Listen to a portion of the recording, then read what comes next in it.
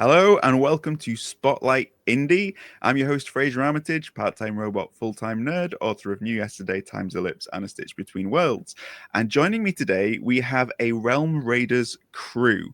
Anybody who's familiar with Spotlight Indie will know about Realm Raiders, this awesome project. And I have the privilege of talking to one of the crews within the Realm Raiders world. And they consist of Alex S. Bradshaw, Rachel V. Green, and Frank Dorian. So I'm so happy to have you guys here. Let's just go around and introduce yourselves. So, Alex, do you want to go first? Yeah, let's go first. I'll go first. I'm Alex S. Bradshaw. Hopefully you may be already familiar with me, you Spotlight Indie fans, as I've been around the shop a little bit. So I write sort of dark character-driven fantasy. I've got 2 books, Trollgrave and Windborn, out at the moment, both standalone Norse fantasy. And I am the official cat wrangler of this team of the Realm Raiders writers. That's awesome. And how are you today, Alex? You doing all right? I'm doing so well, really well. Just like living on the edge today is all good. Oh, I love it. I love living on the edge. It's the best. It's the only way to live. Yeah, absolutely. Rachel, hi. Hello. Would you like to introduce yourself to everybody who's watching? Yeah, so I'm Rachel V. Green. I'm probably one of the babyest writers in the group. I'm a newbie. I've self-published a YA paranormal fantasy. I've just finished an adult fantasy called Sunlight and Shadow, which is querying, and I'm just starting on another YA dark fantasy with no title at the moment. That's amazing. And when you say babyist, you mean sort of like least experienced, or do you mean the one who's most like a baby? Most days, least experienced. Yeah, this is my first joint collaboration as well. It's been really exciting, really eye-opening. Oh, that's awesome. We'll hopefully get to dive into a little bit about what you've experienced with it. But Frank, tell us a little bit about yourself. Yep, cool. So yeah, I'm Frank Dorian. I've been around for quite a while, but I've probably got like the smallest back catalogue here out of everyone. I'm not a very fast writer. So I've written books like Shadow of the High King, It's Brave the End, Scars of the Sand, and Horns of the Hunter, which is my most recent one. I'm a grimdark fantasy author. I write sort of really brutal, grim, moral-y, grey, character-driven fantasy. So that's awesome. It's perfect. And Frank, I cannot ignore the gloriousness of that beard. It's something else. Congratulations, sir. What are you hiding in it? Mysteries, secrets. A lack of chin. So it gets bigger every time we see him. Yeah. These guys have been watching it grow over the last 6 months. So yeah, it's got from stubble to half wizard. Yeah, you're accruing your magic with as each month passes, it gets a little bit bigger. You get a bit more powerful, right? Yeah, it's like leveling up in D&D, isn't it? The beard gets longer for the wizard. Yeah, that's amazing. So, first of all, what can you guys actually tell me about the Realm Raiders project and about what your team is doing within it? Because I don't want to give any spoilers. I don't want to give anything that's going to sort of, ruin it for people. But at the same time, people are curious. People want to know what's it all about. So maybe could I throw it over to you, Rachel? And could you give us a little pitch as to sort of what you can tell us about Realm Raiders and what you guys are doing? Yeah, so the beauty of Realm Raiders, I think, is that it's no one thing, because we've been split into 3 teams, Team A, B, and C. And each team has sort of brought their own writing style to their chapters. So at the minute, we've each written 3 chapters per team. And some of the chapters from one team are quite comedic fantasy. Some are very epic, and then ours is highly influenced by Frank's dark leanings and and has a real dark tone to it. So you get a real breadth of styles, and it's a real journey. And it's been fascinating to watch the styles sort of come through in the characters, and the storyline just weave through everything. That's amazing. How did she do, Alex, as captain of the team? She did very well. Yeah, that was an excellent answer. Better than I could have given. This is why I'm the wrangler and not the speaker. Just remind everybody again, because every team, when we launched it and we announced it on all the socials and everything, we put a little video out, which because each team has its own item, doesn't it? So just remind everybody what your item is for Realm Raiders.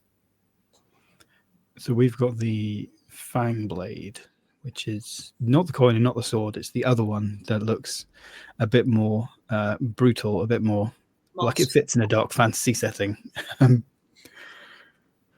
won't give any more than that. You have to read the chapters to find out any more. That's awesome. Who came up with the name Fangblade? Because it's absolutely brilliant. Yeah, that was me. Yeah, I just I was up at like 4 o'clock writing, trying to get the chapter finished, and it just sort of popped into my head and it stuck. So that's what we ended up with. It's great because it's like I love it. rather I love it. a sword or a metal weapon. It's really visceral, like it's part of a body. You know, it's a real fang blade, and so it's really quite fun to play with as a writer because you can make that really come to life. It's not just a piece of metal; it really is something. Blood, gore, all the good stuff. It's the ultimate weapon for like a dentist who's into fantasy. Don't you think? It's like if you're a dentist who just like loves Tolkien, just get on Realm Raiders. Just 100%. This is for you. I love it. The Fangblade. I mean, just so cool. Not to make it sound really small, but it does sound something like the Tooth Fairy. That's what, like, you know, some sort of fae that deals in teeth. It's got a fang blade and things like that. You know, I think we could do something with that. Maybe that's a new genre of fantasy. Oh, how great would that be? Like the Warrior Tooth Fairy, and that would. I'm all in for that, Alex. Yeah, let's do it. Let's do it. What was it about this project that appealed to you, that attracted you towards it? Frank, let's start with you. What was it when you were asked, when you were approached about Realm Raiders, that made you think, yeah, let's give this a go? So I've known some of the other guys in the group for a while. Mostly Damien. Like there's a few other authors that like I've like kind of like networked with and just sort of generally chatted with for a few years now.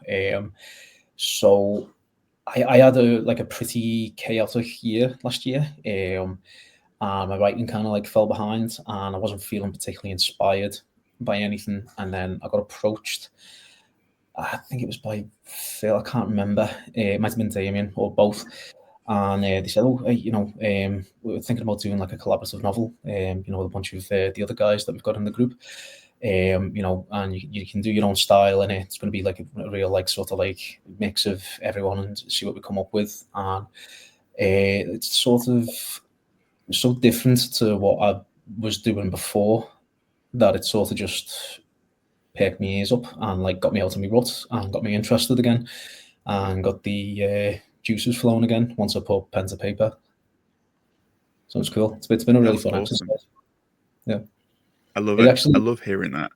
Yeah, like I would actually say the project's kind of pulled me back off the precipice of not writing ever again, because I was stuck in so deep a rut for about a year. I couldn't face really touching a keyboard and trying to be creative, and then this project came along, so it's kind of like kickstarted me back into it. Frank wrote his chapter really quickly, and he kept firing things off. Like his excitement was palpable, and he was like, "I've done this, and I've got this idea for this bit," and like you could just see the energy. It was great. Yeah, thanks. Yeah, I think I might have thrown like a few roadblocks in the way for both Alex and Rachel. I'm not sure about the other writers further down the line. We'll see what happens. But yeah, I was reading through Alex's chapter, and I think it was at the point where it was like 75% done, and I just stormed ahead and thought, I'll just write mine. Yeah, I'm sure we can all work around it. And I kind of just threw all this sort of mad stuff in, and then I had to apologize.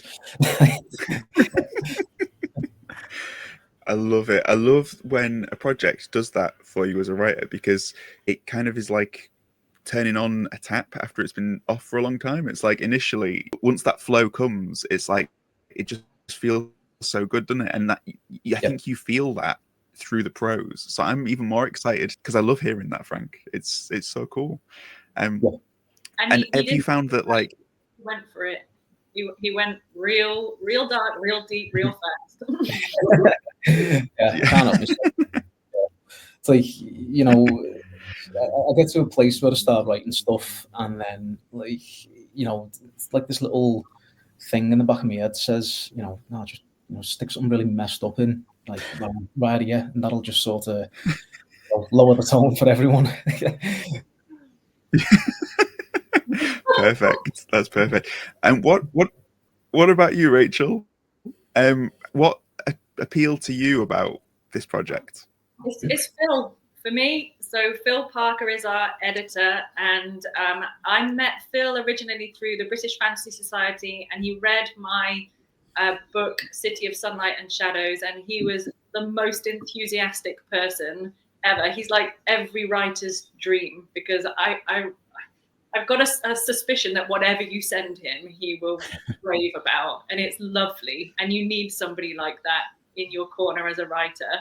And luckily, our writing is very good, so he doesn't have to fake it. But he is a fantastic person to head a collaborative project, because, you know, he just brings that enthusiasm and his positivity with him to everything. And when he told me about this project, like I said, I'd never done anything like this before, and I'm a bit of a control freak. And so working with others was a bit daunting, but knowing that Phil was at the helm, I just wanted to be a part of it. Yeah, it's been fantastic. That's really cool. I'm going to suggest that Phil adds that to his bio next time I see him. Every writer's dream. I think that is like, that's perfect for Phil, right? What about you, Alex? What appealed to you about Realm Raiders? I think, you know, as Frank and Rachel said, really, it's good to be involved with, you know, kind of people that are in the same creative spaces as you, and, you know, I've been friends with a few of them, and it's nice to meet new writers.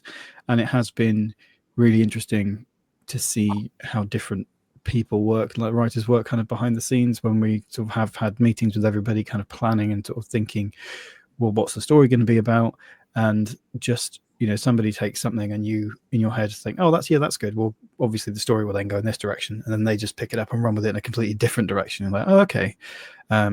You know, so in that way, I'm also glad that I wrote my chapter before Frank, so that I didn't have to deal with the bloody, you know, piles of gore afterwards. But yeah, it's just been a really interesting process to meet, and yeah, just have that energy. It keeps the energy up with your own writing and creative juices, really, which has been really fun. Yeah. What has been the biggest thing that you've learned about your own writing by collaborating with others on this project? Let's go, Rachel. So I have a shameful secret that is, I predominantly write romantasy, and I'm the only one in the group that would confess to that, at least. And and it's like the soft version of fantasy. And it's been interesting to see that I can write in all different ways. You know, it's been a good push, because my chapter followed Frank, so I had no choice but to pick up from the depths that it took us to. And there was very little scope for romance in it. And so I still wanted to bring my style of writing to it, but fitting into this very different genre. And it was good to be able to see that I could do that. So good, in fact, that my current book has not got a scrap of romance in it. It's a YA dark fantasy. So thank you, Frank. You've inspired me to write You're welcome. and I'm thoroughly enjoying it. So you come to the dark side. Amazing. So, yeah. I love it. So I love that the idea of maybe you hearing the word Fangblade, Rachel, you were instantly thinking about like some hot vampire who's just like, you know, sort of going to be, oh yeah, his tongue was so sharp it was like a Fangblade. Like, yeah, I can imagine that. I can imagine, but I'm glad it didn't go in that direction. There's still time, Fraser. What about yeah, chapter 2, it's going to be wild. So in terms of you, Alex, what was it that you have learned the most? Because you said about how fun it is sort of getting to sort of riff off of other writers, but what is it about your own writing that you've learned about? I think I was more. I think I was more willing to take a step back, if that makes sense. From like, I wasn't as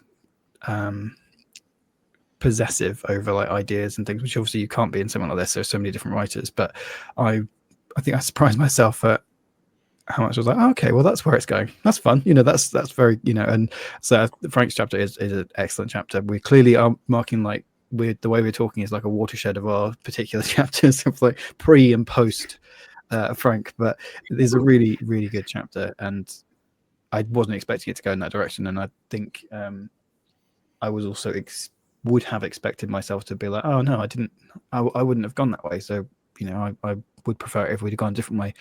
But actually, it's more about that collaborative process, and because it has gone in a different direction, it's almost more exciting because like, well, now I definitely don't know what's going to happen next, and you're excited to see where somebody else takes it. So I think, just being more all in for that collaborative process. I think just kind of finding that balance of your own creative input whilst being appreciative of everybody else's creative directions. I can echo that as well, because it's like I said, I'm a control freak, and I found it very difficult at first to have our group meetings, because we have a meeting like this, and I'd be thinking, no, that's not right, or oh, that's not going to work. And then like we work through it, and it does work, and it's then a new and exciting idea that I hadn't thought of before. So it's opened up horizons, hasn't it? That you can see that there's not just one or two directions you can go in. There's hundreds of directions, and all will be equally good in the end. And do you think that, like, particularly as indie writers, because we have so much control over what we put out there and the process and everything, we make decisions on it all. Do you think that it's good to kind of have that experience whereby you're not the only one who's sort of like making decisions on the project? Because I guess that kind of takes us out of our wheelhouse, doesn't it, in a different way? But do you think that will benefit you moving forward with your own projects as an indie writer, do you think? I think so. I think it's the core. It's like, not necessarily going for the most obvious thing or the first thing that you think of. So even if you're doing something as an individual, it's maybe making a list of like 30 options of what's going to happen next. And then you can let yourself feel like, maybe some of them you don't think are going to be any good, but now you didn't think about it before, so maybe option 25 actually is not something you would have even thought of and thought, no, that's a silly idea, and no, that's wrong. To quote Rachel V. Green from how apparently she felt, she kept that quiet, by the way, in our initial meetings. Maybe that your first instinct is to pull away from it, but actually it would make for a stronger story. Yeah, that's cool. Frank, what about you? What have you learned from this collaborative process about your own writing? Because I know you said that you hit a rut, and it's reignited you, but is there anything about your writing that you've sort of changed now that you've collaborated through this? I think it's more like the idea of collaboration itself, because I've had a few people come to me over the years and say, do you want to do something with me, we'll write a book together, or like some other, like a serial or something, and I've always gone, no, don't think it's for me. I'm too rigid in my thinking as a writer. I can't do other people's characters, that kind of thing. So I think really it was like an exercise for me on like picking up with something that someone else had made, but at the same time making it my own. And I think that's a really good exercise as a writer, because it's sort of, it's like anything, isn't it? You step out your comfort zone, and that's how you grow and you expand and all that stuff. And I think it's kind of opened me up a bit, that like, having another creative like mix in with my own mix isn't so scary. Yeah, I think it's broadened my horizons a bit, because it always terrified me. But then Alex came up with these characters, and like they were all very interesting. And then when I came up with the first scene in my head that I wanted to write with them, where I imagined that Alex might kind of leave it off, or at least give him something in my opening chapter where he could leave it off on his own. I found them very easy to write, especially like even kind of like copying Alex's sort of like style that he'd used with them, like what kind of like archetype character that they were, like who's the aggressive one, who's the stupid one, who's the funny one, that kind of thing. And yeah, it was good. It was good for me because I've not done that before. I've never ran with someone else like that. Someone else has come up with and then put my own spin on it. So I feel like it's sort of honed my chops quite a bit. That's really cool. That's really good to hear. And I guess sort of like in a trad world, you've got sort of editors coming back and saying, look, we need this character to be like this, or you've got people coming back to you like your agent and saying, look, it needs changing this way or changing that way, and you kind of get used to that experience. But as indies, we don't get the same kind of call for that. So I guess in some ways it's like, do you think it's maybe giving you a flavor as to maybe what it's like to go down the trad route, with getting feedback on this kind of at this level in the manuscript, with it being so early on? I would say so, yeah. I think like overall, like the groups have kind of held each other accountable for stuff. And I know that's probably not as intense as it will be for the second half of the book, because we've all sort of laid out the story threads now. I think that's going to be something that we do definitely, moving forward from now until completion. I don't know what Alex and Rachel think, but that's my gut instinct anyway. But I think it is definitely a bit of a taste of that. It was a really interesting way of writing because, but in case people don't know, we've still not written the second part yet. So we've split it into two, part 1 and part 2. And part 1, we all just split off and said, right, as 3 teams, just write your chapters at the same time. So we had no idea what the other 2 teams were doing. And we had to just write our own world, basically. And then afterwards, we've had to go back, or particularly Phil has had to go back and just check that the lines, the worlds align and that it all moves seamlessly throughout.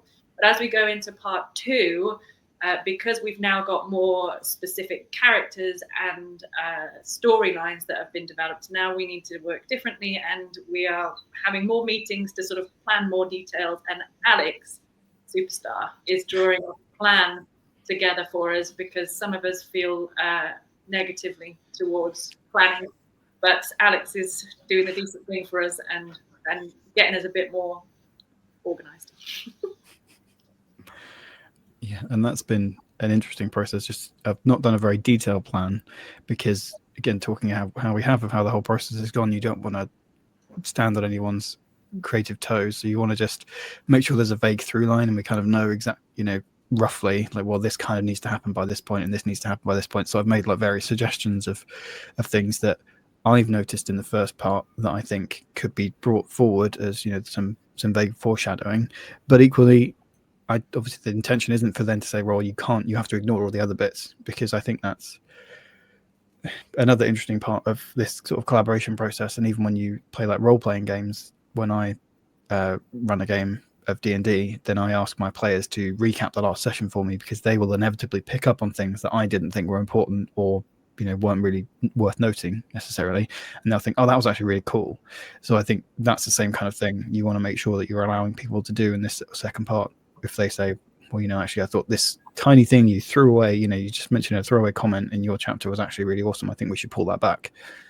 So yeah, it's been not quite as in-depth as my plans would be for me, but you want to make sure that it's just sort of scaffolding so people can put whatever they want on that. Yeah, that's really cool. So the initial part of this, no communication between the teams, everyone was kept very separate. Moderately, what was that like, sort of like being involved in a project where you've got these 2 other teams and you have no idea what they're doing? Did that add to the fun of it, or did that add to I just need to know, how was it for you guys? That was part of the beauty of it, that it was I found it quite terrifying to begin with, because I don't plan, and normally I work from chapter to chapter and the story evolves, and I think very carefully about how my characters have evolved from one place to another, and the idea of not knowing what had happened beforehand was a bit stressful. But because we're dealing with separate characters to begin with in separate parts of a single universe, it did work really well. And that was one of the benefits of doing this collaboration, that you learned that not everything has to work in a linear fashion. It can all come together in the end from completely separate places, from completely different minds, and we can pull it all together in the end. And so, yeah, that was brilliant. Yeah, I think it's probably more fun for us than it's going to be for Phil. He's got to, stitch this thing together. Yeah, that's a really good point.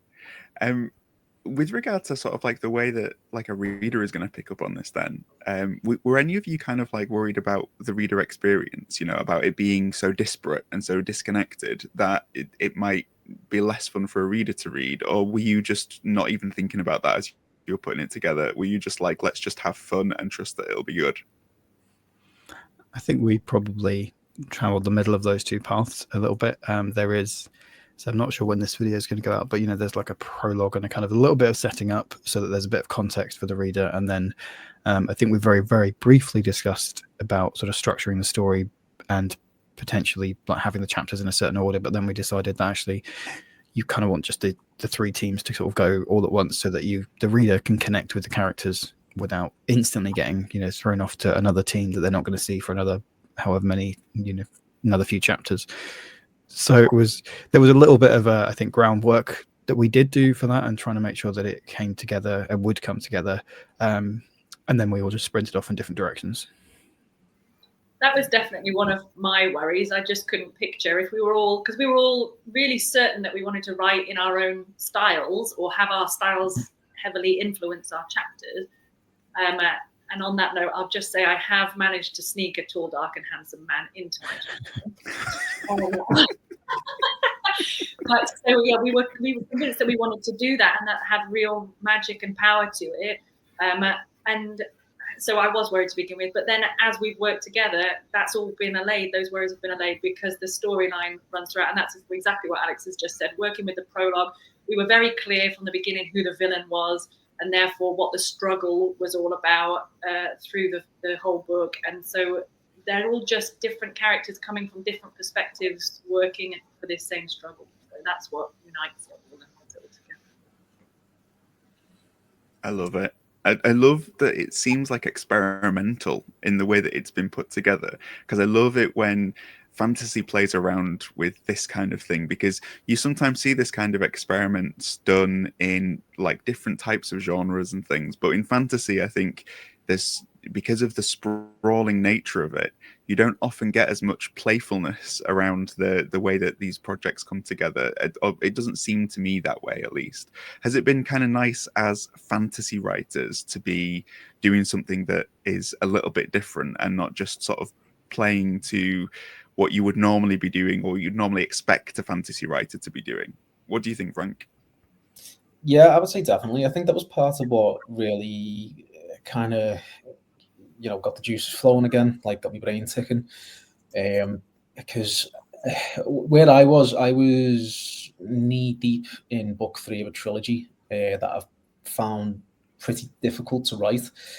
And that was part of why I was in such a rut. And,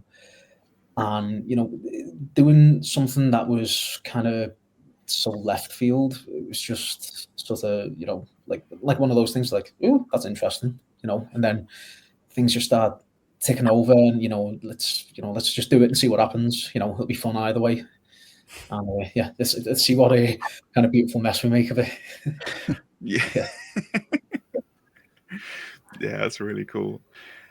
How much rivalry is there sort of like between the different teams to make your part of it the coolest part of it?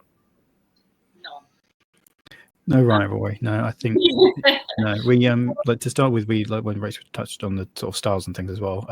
We kind of tried to group people together who would probably like the styles aren't going to be completely disparate. And I think that's probably helped the lack of rivalry in that we know that there's a team who's kind of leans towards the humorous side of things. So that's just that's going to be a bit funny that with everything, and then we've got a couple of writers in here who lean on the dark side, so that ours is going to be a bit darker. So it's yeah, I think doing that as well has helped lack a rivalry, and I think just generally like writers and the community that we have and try and build here at Spotlight Indie, and just generally among the indie community, everyone is very supportive of everybody. So you're not going to, especially with a project like this, you're not going to turn around and be like, yeah, but I want my chapters to be better than their chapters. You want all the chapters to be amazing, and they're all going to be better than the sum of the parts. Really, I want that. I want my chapters to be best. I still want that, but I want everyone else to be almost as good. There's the dark side of Rachel coming out now. That's yourself, isn't it? You just wanna be creating the best work that you can. But I mean, I found it fantastic to read some of the other chapters and to realize how different my writing style is from others, because I have never read comedic fantasy before, and it was a blast reading through the humorous chapters. It was fantastic, and it's kind of helped me find my niche, to have other people writing so differently, and to define my writing style a bit more. And that's only possible though because the group is so supportive, because there's no wrong way of doing it. There's lots of different right ways. And yeah, I think it's been fantastic. We've all supported each other, and we had a Christmas quiz which I lost like spectacularly at, because the questions were weighted to epic fantasy and not romantic fantasy. So I want to win at the best chapter award now. So overall, it's been really Oh man, I'm gonna go on, Frank. Sorry. Yeah, no, all good. Yeah, overall, it's been like really collaborative, and I think everyone's like, it's like it's a proper community kind of effort, like, and that's kind of like what Phil's trying to been like work on with the group, like a proper like little community of authors. Everyone's like jumping on calls and putting ideas in, and then helping to like find what the trend line is, and it's a bit of an exercise in democracy actually, because we sort of take a consensus on what works and what doesn't, and it's been fun to be part of. That's really cool. I mean, I love hearing that everybody is like, loves what everybody else is doing, but at the same time, like, BookTube loves drama. Like, come on, guys. Like, let's dish some goss. Let's get some. It's like if you guys were like down with the leprechaun, boo. We'd be getting so many likes here. It's like, no, it's really, really good. Really good that you guys have been able to like come together and be able to write separately but still keep that support for one another going. That must have been a really lovely sort of experience for you. Before we leave this chat, what has been your outstanding moment of being involved with the Realm Raiders so far? If you can pinpoint, it might just be sort of like just like the way that Frank destroyed this entire world, or it might be like, the way that Rachel snuck in a tall, dark, handsome man, or it's just what has been the thing that is going to stay with you the longest, do you think, from what you've done so far with the project? Alex, let's go with you first. I think probably something that I touched on earlier as well, that kind of different ideas being floated, and just the different way that people work, and the bouncing of ideas, and how important that can be and how useful that can be, where we have had big group plotting meetings, and somebody says, oh, so this could happen and this could happen, and then somebody else, oh, actually, yeah, what about this? And then even not necessarily in that conversation, but then we've got a Discord set up now, we're talking about plotting, and then somebody will sort of say, summarize it and say, well, I had this idea based off of what you said, now I've had time to percolate. I think that's very useful and can be a great part of the brainstorming process. And it's good to remember, as writers, we spend so much time alone at a keyboard, that other voices can be helpful, even if you don't go along with those suggestions. You might trick something in your brain that moves it in a different direction that you're more excited about than the one you had before you had that conversation. Yeah, that's awesome. What about you, Rachel? Mine is the tall, dark, and handsome man, but I'll tell you why. So my chapter is the last chapter of part 2, and we'd all finished our chapters, and they all got submitted to Phil, and he edited them. And at the last minute, I thought, I'm not having this, and I quickly edited my chapter, and it's literally in the last 3 paragraphs that the tall, dark, and handsome man comes in, and I just sent it to Phil and was like, "This is happening now." And a few back and forth, but he agreed with me in the end. But that now it can't be excluded. It's the end point of part 2. He's very important, and he has to be taken through to the second part. So I hoodwink everybody.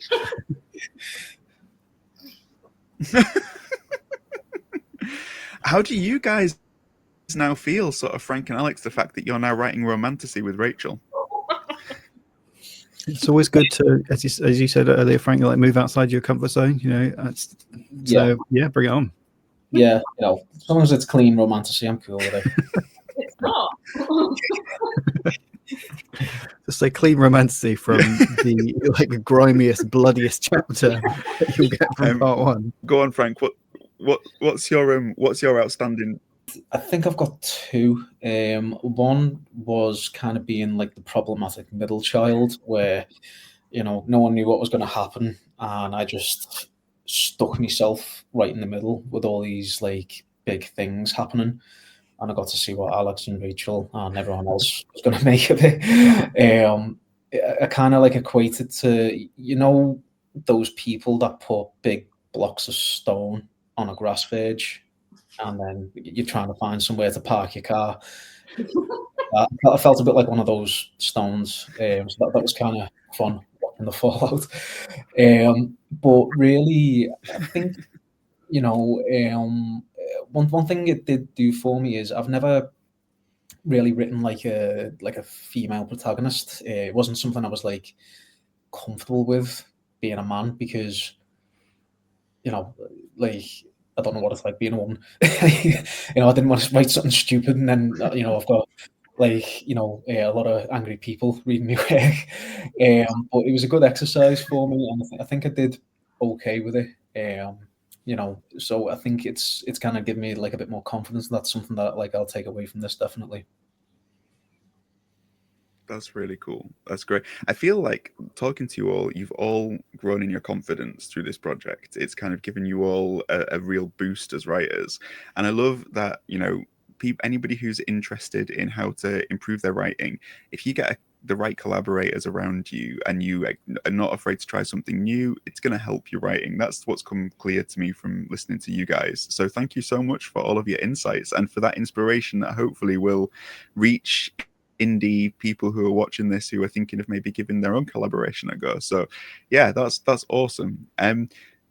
Just before we close out, let everybody know where they can reach you if they want to talk to you more about Realm Raiders or about your own projects. Let's work backwards this time. So let's start with you, Frank. Where can people find you on socials and stuff? Practically nowhere. I keep a low profile. I do have a writing Facebook. It's facebook.com/grimfrankie. Just put in Frank Dorian and you'll see my book cover. You can reach out to me there and I'll get back to you if you want to talk about anything, or if you want to find out anything about my work or any other work that the other guys are doing. I'm happy to chat. That's perfect. Thanks, Frank. What about you, Rachel? I've just launched my website, which is very helpfully www.rachelvgreen.com. I count that as a win, finding that. And so all my links to socials are on there. I'm on all of them, but go to the website as a first step. That's amazing. Thank you. And Alex? Yeah, much the same. Don't go to Rachel V. Green to find me, but go to alexsbradshaw.com to find me. And that's Alex S. Bradshaw on any socials that I'm on. So, Twitter, Instagram, Facebook, Blue Sky, all the good stuff. Amazing. Thank you so much for being here and for chatting, guys. It's been so nice to get to know you and to get to know what this project's been like for you. And yeah, for everybody, keep following Spotlight Indie, and you'll be able to get access to the Realm Raiders project as and when it is released. So yeah, keep your eyes out, because you are going to find out this warrior tooth fairy and the Fangblade and the tall, dark, handsome man she falls in love with, and it's going to be amazing. So yeah. But thank you guys, and all of the best for the next part of Realm Raiders. Frasier. Yeah. Thank you. Thanks for having us.